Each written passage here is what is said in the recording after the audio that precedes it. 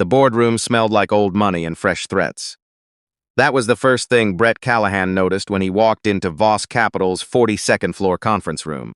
The way wealth had its own particular scent, something between leather conditioner and quiet contempt. He'd been in enough boardrooms to recognize it. What he hadn't been in, not until that Tuesday in March, was one where every person at the table had already decided the outcome before he sat down. Brett was 38 years old. He'd built Callahan Structural from a two-man operation out of a rented garage in Columbus, Ohio, into one of the most respected mid-size engineering firms in the Midwest. 11 years of 16-hour days, missed birthdays, cold dinners, and decisions that kept him awake long after his daughter Paige had fallen asleep on the couch waiting for him to come home. Paige was 9 when her mother left. She was 17 now. He'd done the math on that more times than he could count. Not in numbers, but in everything those 8 years represented. Soccer games he coached on Saturdays because no one else would. Parent-teacher conferences where he sat in a chair designed for someone half his size and listened to teachers tell him Paige was exceptional. Evenings when she cried for reasons she couldn't name and he sat on the floor outside her bedroom door, back against the wall, saying nothing, just being there. That was the work no one ever put on a resume. The Voss family didn't care about any of that. What they cared about was the number, $1.2 billion.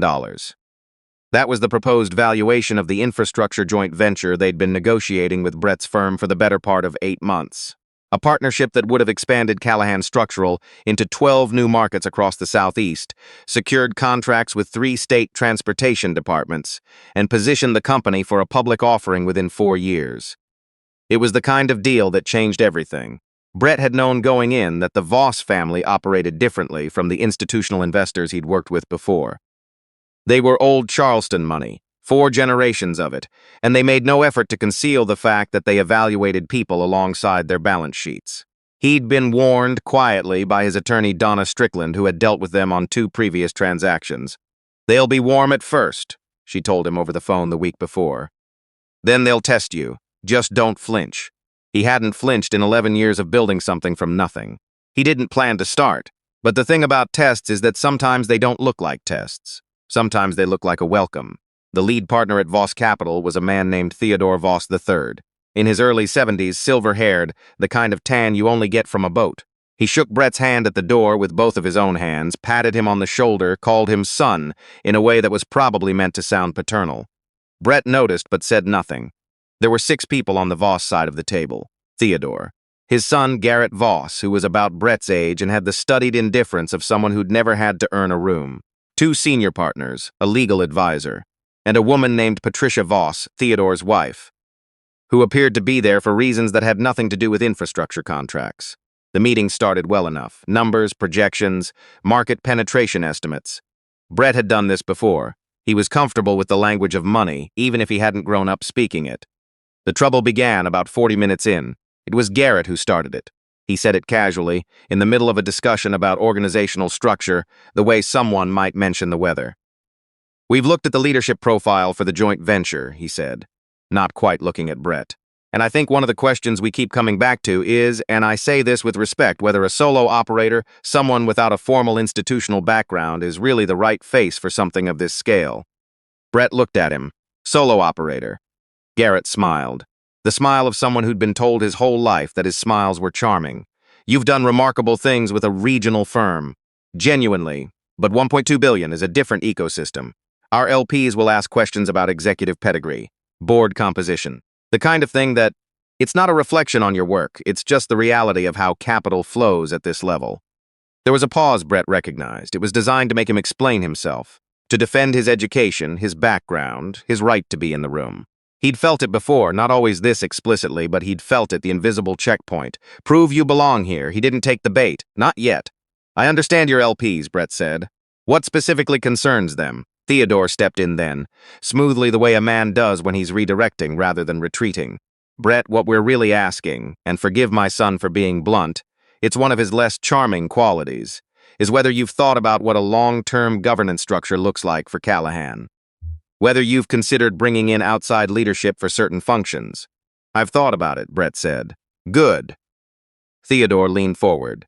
"Because frankly, we'd be more comfortable if the day-to-day operations of the joint venture were overseen by someone with more traditional credentials." an executive we'd identified together. You'd retain equity, obviously. A significant stake. How significant? Garrett answered before his father could. 12%. The number landed in the room like a dropped weight. Brett had walked in with 49% on the table. He kept his expression still. He'd learned that from Paige, actually. She had a way of going very quiet when something hit her hard, like she was absorbing it rather than reacting to it. He'd watched her do it 100 times. He'd started doing it himself without realizing it. That's a substantial revision from where we've been, Brett said. It reflects the risk profile, Garrett said, and the value we'd be bringing in terms of network governance and institutional credibility. Institutional credibility. Brett turned the phrase over in his mind. He knew what it meant, stripped of the polite language. It meant the right last name, the right schools, the right social landscape, the kind of thing you were either born into or you weren't. He wasn't. His father had worked loading docks in Cincinnati until his back gave out. His mother had cleaned offices in a downtown building 3 nights a week while finishing her nursing degree. Brett had gotten into Ohio State on a partial scholarship and taken on debt for the rest. His first engineering job paid $31,000 a year. He'd slept on an air mattress in his first apartment for 8 months because he couldn't afford a bed frame and a savings account at the same time. He thought about all of that sitting in this room with the city of Charleston visible through the floor-to-soiling windows, everything clean and wide and expensive, and he thought about Paige, about who she was watching him be, even when she wasn't in the room. She'd told him something once 2 years ago when she was 15, and going through the particular agony of watching a friend group fracture. She'd come home upset and sat at the kitchen counter while he made dinner, and she'd said, "Dad, why do people try to make you feel small when they're scared of you?" He'd thought about that question for a long time. Patricia Voss spoke up then. She hadn't said much until that point. "Brett," she said with a warm, practiced smile, "we want this to work. We're investors in people as much as in companies. And the truth is, some of our partners have done some reading on your background, and there's a concern about, how do I put this? The personal circumstances. Being a single parent is admirable, truly. But our investors are conservative, and they want to know that the person leading this is operating from a position of stability." Brett looked at her. She kept the smile. Family structure matters to them, traditional structure. The silence that followed was different from the earlier ones. This one had a texture to it, something harder underneath, he thought, strangely, of a Tuesday morning about 6 months ago. He'd been sitting at the kitchen table at 5:30 in the morning, going over financials, and Paige had come downstairs early. She was always up early before school, one of the things she'd inherited from him, and she'd made them both coffee without being asked. She'd sat across from him and looked at the spreadsheets and said, "You're going to get this deal, Dad." Not as encouragement. As a statement of fact, the way she said most things. Then she'd gone back upstairs to get ready for school, and he'd sat there for a moment with his coffee going cold, thinking about the specific kind of full that felt like. "I appreciate that," Brett said finally. He set his pen down on the table. "I appreciate everyone's candor. Can I be candid in return?" Theodore gestured graciously. "I came into this room 8 months ago with a 49% stake, a governance framework we agreed on in writing, and a company that turned $11 million in net profit last year without a single missed payment to a creditor or a subcontractor in its entire operating history." He paused. "I'm a single father. My daughter is 17. She makes her own breakfast, carries a 4.1 GPA, and has been accepted to the University of Michigan. The structure of my family is not a risk variable." Garrett started to speak. Brett continued. "What I'm hearing today is a different deal than the one we negotiated. And that's fine. You're entitled to restructure your offer. But I want to be accurate about what's happening. The concern isn't my firm's performance. The concern is me, my background, how I live, what my family looks like." He looked at Theodore. "And I don't think those are legitimate business criteria. I think they're personal ones." Theodore's expression shifted, not dramatically, just a slight tightening. "Brett, no one is making a personal judgment. With respect," Brett said, "Patricia just told me that family structure matters to your investors. That's a personal judgment." The room got very still. "I've spent 11 years building Callahan Structural," Brett continued. "Every quarter, every contract, every decision I made with full accountabilities, no safety net, no family capital, no institutional backing. What your team is describing as a liability is the exact thing that made this company worth partnering with." He picked up his pen, closed the folder in front of him, and set his hands flat on the table. "I'm not going to apologize for how I built it or how I raised my daughter. No one is asking you to apologize," Garrett said. His voice had an edge now. "Then stop asking me to justify it." Brett stood. "I came here to build something together. If you're not interested in the partner in front of you, that's a decision I can respect. But I'm not going to accept 12% of something I created and call it a collaboration. He picked up his folder, buttoned his jacket, thanked Theodore, sincerely, because the man was 70-something, and Brett had not forgotten how to be decent in a difficult moment. Then he walked to the door. He was almost there when he heard Garrett say, with just enough volume to land, "This is why we research these situations before we commit." Brett stopped. He stood at the door for a moment, hand not quite on the handle, and he thought about all the things a person could do with a sentence like that. All the ways a man could respond. He thought about his father's hands, rough from 20 years of dock work, and his mother's handwriting on the tuition check she'd sent him freshman year with a note that said, "We're so proud. Don't waste it." He thought about Paige at 9 years old, the first night after her mother left, asleep on his chest while he sat awake in the dark trying to figure out what came next. He turned around. "Garrett," he said. He kept his voice level. "I've closed deals in 14 states. I've had contracts with 4 federal agencies. My company has a default rate of 0 over 11 years of operation." He looked at him without blinking. "The research is solid. What you're choosing to do with it says more about you than it does about me." He walked out. The elevator ride down was 42 floors and completely silent. There was a woman in a gray blazer who got on at 38 and off at 20, and she didn't look at him, and he didn't speak. He stood with his folder under his arm and watched the floor numbers descend, and felt something in his chest that wasn't quite grief and wasn't quite relief. It was something more complicated than either. Outside, Charleston was doing what it always did in March, bright and mild, the kind of day that felt like a promise someone hadn't broken yet. He walked half a block before he stopped and stood on the sidewalk for a moment, and he called Donna. "How'd it go?" she asked. I walked out. There was a pause. "Okay, tell me." He did. The whole thing, from the credentialing comment to the 12% to Patricia's remarks about family structure. Donna listened without interrupting, which was one of the things he valued most about her. When he finished, she said, "You did the right thing. I'm not sure this is a right thing, strong thing situation," he said. "Brett, they dropped you to 12% and told you your family structure was a concern. In what reality was that a deal you were going to sign?" He was quiet for a moment.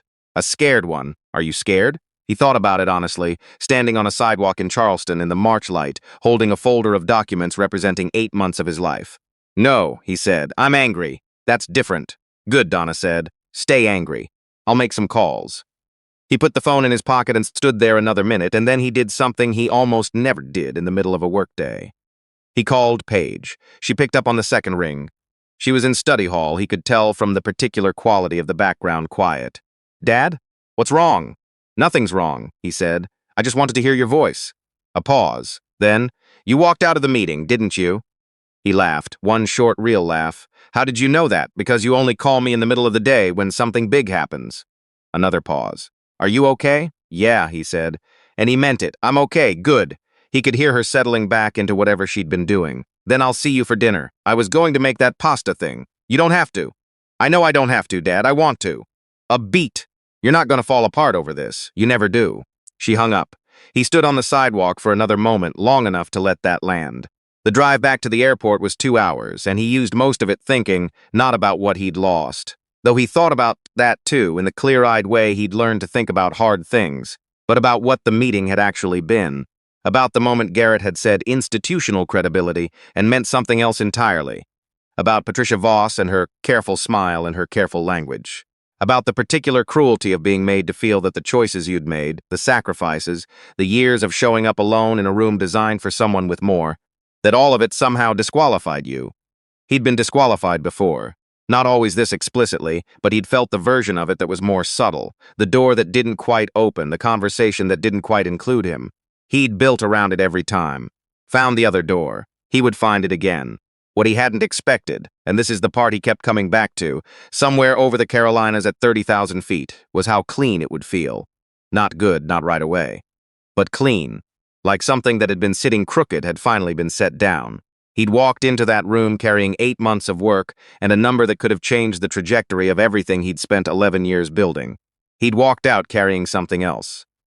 Back in Columbus, he went directly to the office. Not because there was anything urgent, but because he needed to be in the place he'd built. He needed to sit at the desk he'd bought secondhand from a law firm that was closing in the building he'd moved into 6 years ago when the garage was finally too small, and look at the wall where he'd hung the framed copy of Callahan Structural's first signed contract.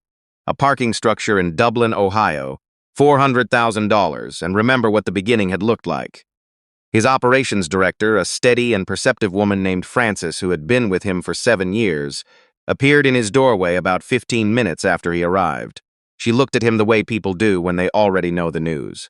"Donna called," she said. "Of course she did. You okay? Frances nodded slowly. She'd worked for 2 larger firms before Callahan and had left both of them for reasons she'd only told him once, over coffee 3 years ago. The good ones don't always get the big rooms, she'd said. But they build better rooms. He thought about that now. "We have 3 active bids," he said, "and the Monroe County contract comes up for renewal in June. Let's start there." Frances looked at him for another moment, then nodded. "I'll pull the files." She left. He turned back to the window. The thing no one tells you about walking away from something, from a deal, from a relationship, from a version of the future you'd mapped out in careful detail, is that the ground doesn't disappear. It's still there. You're still standing on it. You just have to look down and remember that. That evening, Paige made the pasta. It was a dish she'd taught herself from a YouTube video the previous fall, and she'd made it 3 times since and refined it each time in ways that he found quietly impressive. She had a notebook where she kept her modifications: less cream, more garlic, rest the pasta in the sauce for 2 minutes before serving, and she'd taken to approaching cooking the way she approached everything, as a problem with a better solution available if you looked for it. He sat at the counter while she cooked and told her the whole story. Not the version where he'd handled it perfectly. The real version, including the moment before he walked out, when he'd stood at the door and felt the full weight of what he was leaving on the table. Paige listened the way she always listened, completely, without interrupting, without offering reassurance until he was finished. It was a quality he'd worked to cultivate in himself, and somehow she'd come by it naturally. When he was done, she said, "They thought the money was the leverage. It was the leverage," he said, "for most people in that room. But not for you. Not by the end." She stirred the sauce, tasted it, added something from memory. "There's this thing I read once," she said, "about how the most powerful position in any negotiation is being the person who's willing to walk away. But it only works if you mean it." She glanced at him. "You meant it?" "I did. Then it wasn't a loss," she said. She set the spoon down and looked at him directly, the way she'd always done, without the sideways glance that most people use when they're being honest. "It was information. Now you know exactly who they are." He looked at her, at the person she'd become, 17 and sure-footed in a way he hadn't managed until his mid-30s. And he thought about all the nights he'd sat outside her door saying nothing, and all the mornings he'd made her breakfast before she was awake, and all the school events and the arguments and the seasons of it, the long ordinary work of being present, of choosing to be there rather than somewhere easier. He thought about what it added up to, not a liability, not a concern for investors, a life. "Yeah," he said. "You're right." She served the pasta.